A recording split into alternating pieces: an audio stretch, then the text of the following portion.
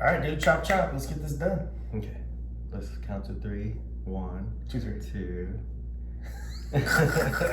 All right, hey everybody, Barker Brothers here. I'm Danny. Tim. So what we're gonna go over today is the 5 mistakes that we see buyers make more often than any. Before we get into this, I would like to give Tim an opportunity to tell everyone what the nastiest thing he's ever found out in escrow while he was representing the buyer. The nastiest? Like, you mean smelliest? I mean, just like run for the hills. The deal is falling apart. I don't even want you to buy this house anymore. Okay, well, first of all, when we're showing the house, we're trying to like find these things, right? With the naked eye and just Absolutely. being proactive and stuff. But there was one where a buyer's agent that we had helping us out put a house into escrow, and I hadn't seen it yet. I remember this.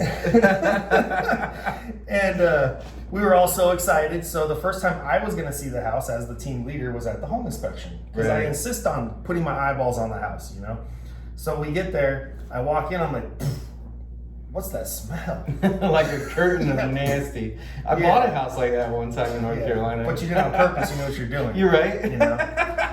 So I got a good deal. Man, I'm like, hey, did it smell like this when you were here last time? I don't know, maybe. I'm like, okay, we're not gonna go there. Let's talk about the house, right? Yeah. So I'm trying to figure out what the smell is, and I'm looking around. I'm looking in the garage, and in the garage, I see a bunch of signs that are like these A-frame signs you put on the sidewalk, and it basically says, I won't give away the name of the restaurant, but it says, our restaurant is this way. So I'm thinking, oh, it's a restaurant owner. Okay. And then I go to the kitchen thinking it's gonna be like pristine. Nastiest thing you've ever seen in your life. You found the source. Oh my gosh. I opened the dishwasher and there's like 3 inches of green, nasty water, and there's dishes in there. Oh. Okay. And that was like disgusting. And then I opened the stove and I had to immediately close it before I barfed. Wait, so there was dishes in there? So these people were living in this house? Yes. While you were doing your inspection, they still live there? And they owned a restaurant. I didn't know that part. Yeah. Yeah. So the stove, I had to close it immediately. I was about to throw up. So I'm thinking, well, we gotta like test the stove to see if it works. So I'm gonna get this pot or whatever it is in there out. So I hold my breath, and sure enough, it's like, I don't know how old this food is, but they had left it in the stove. So just imagine that nastiness. They forgot about it. It's behind a closed door. Yeah. And then what we're noticing, like, you know, at the bottom of your cabinets, you have those kickboards. Mm-hmm. You ever see Tom and Jerry? Yeah. Where like there's a mouse hole. There was mouse holes in the kickboards. Perfect. Oh my gosh, for sure these mice are like colonized in these cabinets, okay? So this is why you and your agent really need to pay attention when you're walking through that house for that 5 or 10 minutes. Needless to say, it was a learning moment for that buyer's agent, right? So we let that person know, like, listen, next time you're showing a house, like, open your eyes, open your nose, and pretend like it's gonna be your house, and, you know, would these things be concerning to you? So first of all, let's back up. Everything is fixable. Absolutely, even that nasty. I mean, I bought a house obviously purposefully because it was nasty, right? And got a great deal. Went and spent a fraction of the cost that the owner took on the hit, and here we go. But my point is, I said it, and then you said it like 3 times more. All right, we'll cut that out. No, don't cut it out. You have to know that I put up with this all day, okay? Like, I'll say something, you'll be like, yeah, let me tell you 3 other ways to say that. Okay, so our father is Buddy Barker, who likes to explain all of his jokes, even after you laugh. You can laugh at his joke, same joke, same joke, same joke. Still explaining it, that's me, that's where I got it, my bad. You literally just did it again to explain what you did. Okay, so anyway, we could gut the whole kitchen, right? Get the drywall off, make sure that there's no mice in the studs. If it's a little, you know, mildewy or moldy or whatever, we're gonna spray it with bleach and water, and then paint dry it it with out. Kills, dry it out. We'll put it all back together, good as new. But that's money. A new kitchen, at least $20,000 for something like that. So then you have to look at the seller. Like, does this seller even know that their kitchen is disgusting?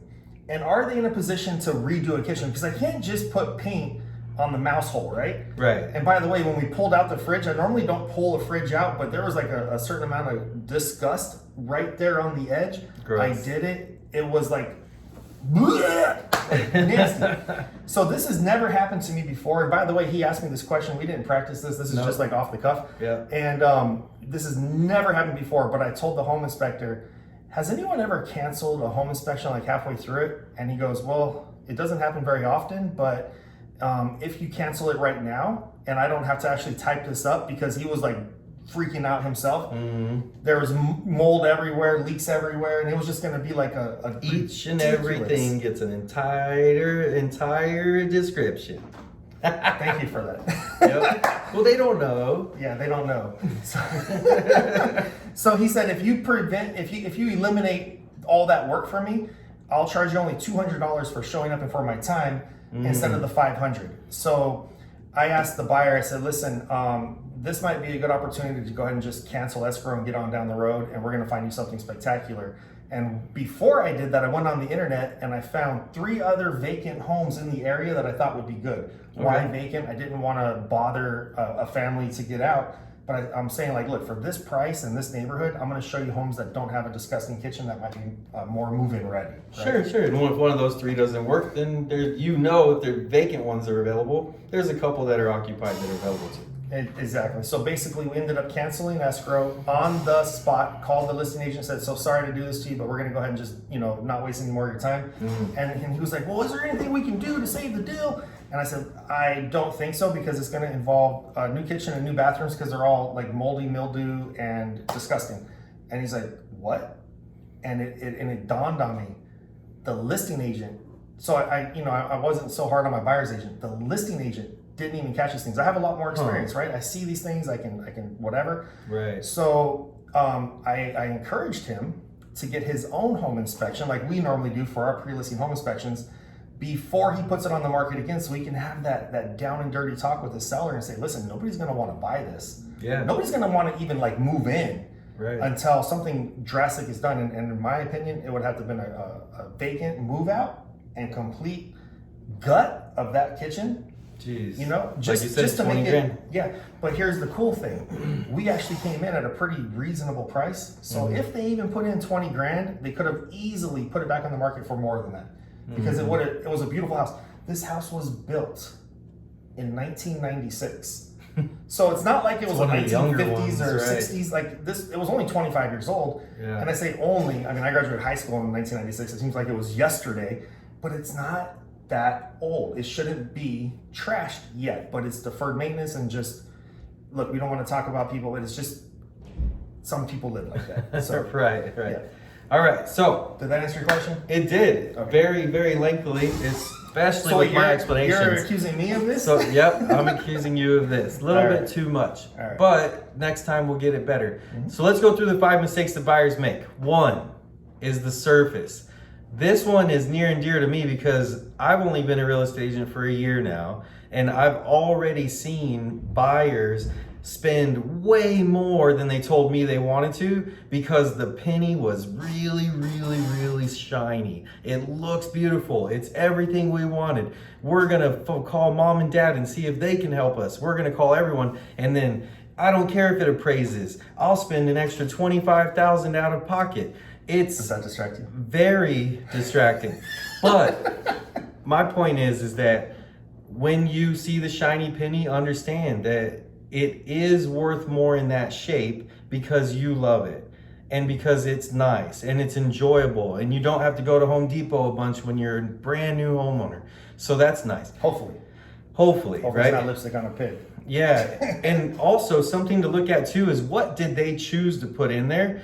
Are they putting in LED lights that are going to cost you less money per month on your electric bill? Did they put in appliances that are really difficult to clean? Are they expensive for the service calls, right? Is the landscaping something that I can do on my own? Am I going to have to hire somebody? Is the pool something I can do on my own? Am I going to have to hire somebody? So sometimes we find these guys pay more for the shiny penny, and then it costs them more to own it and live in it too, because they just don't have it. And that's my number 1. What's your number 1, Tim? Oh, I'm sorry, you're done? So listen, what out of all these 5 mistakes, I would say location. And by the way, the 5 mistakes that we have written up here are surface, functionality, maintenance, solar, right? Not all solar is created equal, and then location. Danny kind of went over that real quick earlier, but you can fix the surface, you can fix the functionality, kind of. You can understand the maintenance and get through it. Right. And if the solar is a problem, at least hopefully you know what you're getting into before you sign. So if it was on a hero loan, make sure it's paid off, and so on and so forth. But location, where are your friends? Where's your office? Where do you like to go out for dinner? My thing is, where do you spend most of your off time that's not spent in your house? Yep. What's your favorite park? What's your favorite, anything? So the reason is like sometimes we'll have clients here in Escondido, and they'll say, "Man, I want to go to Temecula. Look at this house that I found. It has a pool." And they're immediately thinking about 15 of their friends that live in Escondido all traveling up to go to their baller Temecula house that costed the same as their friend's house did. But guess how many show up? One. The one that you know for sure will always show up, right? The other 14 had something come up and it's just too far out of the way. Or they get there and they're like, "Man, I can't drink. I'm like 2 hours away from my house. Yeah. I'm gonna get a DUI." That's not okay. Or 14 or 15 of them show up one time. Yeah, that's for true. your housewarming party. They're like, "Woof, F that. That was way too far." So then when you get invited to those birthday parties and barbecues with all your friends, and I'm using Escondido as an example, in your head, you got to drive 45 minutes no matter what you're doing. Mm-hmm. Well, I mean, Mom and Dad, they moved to Ramona and we were in Chula Vista. We still went over there at least every other weekend. But they had a dope house with a big pool and all that stuff. And it was worth it, right? Yeah, because I was living in a townhouse, you were living in a condo, and just, definitely. But that was our worth the thing. trip. Sunday after church, go to Grandma and Grandpa's house, spend the afternoon. So that's a little different, right? But it's also a valid point, because when we're at Grandma and Grandpa's house enjoying the afternoon and the sun's starting to go down and maybe the kids are starting to watch a movie, we're like, dang, if we leave now, we're going to get home at 8:30, we're going to get baths, we're not going to get bed till 10. Yeah. Let's go. We got to go now. Can't watch the movie. You know what I mean? Yeah, just kind of cut it short. So, yeah, location. I think location. Something we got under there that Tim didn't touch, he touched everything else, parking. Parking. One of the first questions the Barker Brothers will ask you when you become one of our buyers: how many cars do you need to park? Right? Because every single person that wants a low price tag or a certain neighborhood will be restricted by their cars. Right? Very little places have an unlimited amount of parking. Right? And now let's touch on the other three really quickly. Functionality. That's where you'll hear people say, "I want an open concept," right? Now, before you marry yourself to an open concept, before you marry yourself to an office in your home, think about living in this next home. Think about the pains that you have in your current place right now, whether it's an apartment, condo, or house, and think about how you're going to alleviate those with the functionality of the next home. Barbecue grill is a big deal. I took a customer to a house where the second story was where the kitchen was, and the barbecue grill was downstairs in the yard, right? So he's like, "Dang, I want to throw me the corn." Right. What if I forgot? What if I forgot something and something's on the grill? It takes me that much longer to go get it. Not okay, right? So that's just a good example of the types of conversations that you need to have with yourself, and then have with your significant others, and then have with your children. So then maintenance is our next big ticket. There's regular maintenance and there's the deferred maintenance. I touched on the regular maintenance when you buy that shiny penny that comes with those nice things, right? Pool, yard, and your filters and your AC and your heating. Have a guy for all of those. If you don't, call the Barker Brothers. We'll give you our guy, because we got a guy for that, right? Deferred maintenance is buying a house that you know has not been taken good care of, right? It is not advisable by us. So Danny, I got a 5 o'clock. Yep, you gotta go. You can finish up this video. Love you to death, Barker Brothers. Peace out. Wrap it up. All right. So buying a house with deferred maintenance or selling your house with deferred maintenance is a huge mistake. You're always going to get hit in escrow. If I'm representing you and there's deferred maintenance, I will always charge hard towards that owner causing that problem. and not having it be your problem. Do you see that? Deferred maintenance is the owner's problem. It's the owner's issue. It never, ever, ever goes to the buyer until the buyer says, meh, I want the house. All right, solar, right? There's 5 ways of solar, 5 major ways of solar going down, right? It can be owned, paid off, ready to go. If you're a buyer and you hear that it's owned, paid off, or they have agreed to pay it off, right? Know that you're in a really good position because you're gonna own all of that equipment. However, if something goes wrong with that equipment, you're gonna need a guy for that. Remember, call the Barker Brothers, we got a guy for that. All right, lease. A lease, you have to not only apply with the company that's holding that lease, but you also have to qualify for your loan and the lease against your debt to income, right? So let's say that your lender said you can afford $3,400 a month. And that means that you can buy this house for $620,000. And that means that that lease of solar is $400 a month. That now takes your $3,400 down to $3,000 because the 400 counts against you, and it takes your 620 down to 600 or 590, right? Now the owner's like, nope, I'm out, right? When really it was the owner that signed up for the lease. Now, PPA, that's the one where they say that it's discounted and then they creep the kilowatt hour price per going up, up, up, up, up.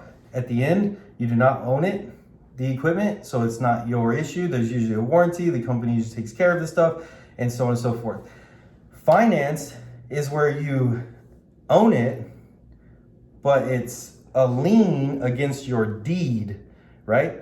The lien is on your house. You cannot sell your house. You cannot refinance your house. You cannot do anything without the permission of this financing, right? You can maybe refi without having to pay it off, but most likely it's gonna have to be paid off.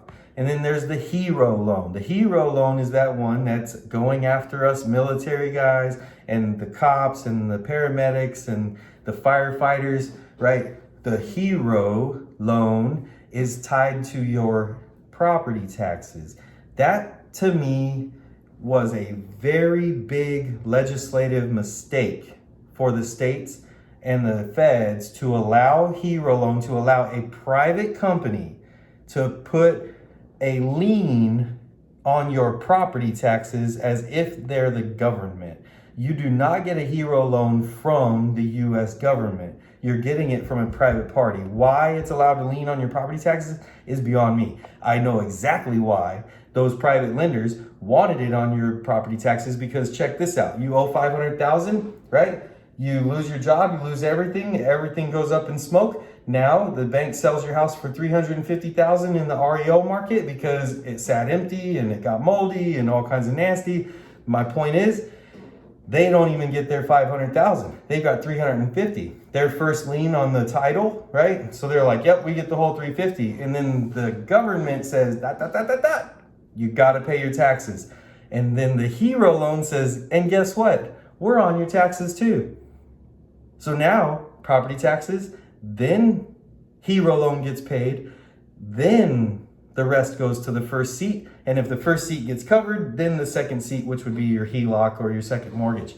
So my point is like, do not go after the hero loan. And also, I don't know the structure of it or the structures that are available anymore, but right now we have a customer who originally spent $32,000 on upgrading his home, and he's got a hero loan, and we asked for a payoff, and this is 4-year-old hero loan, and he owes $36,000.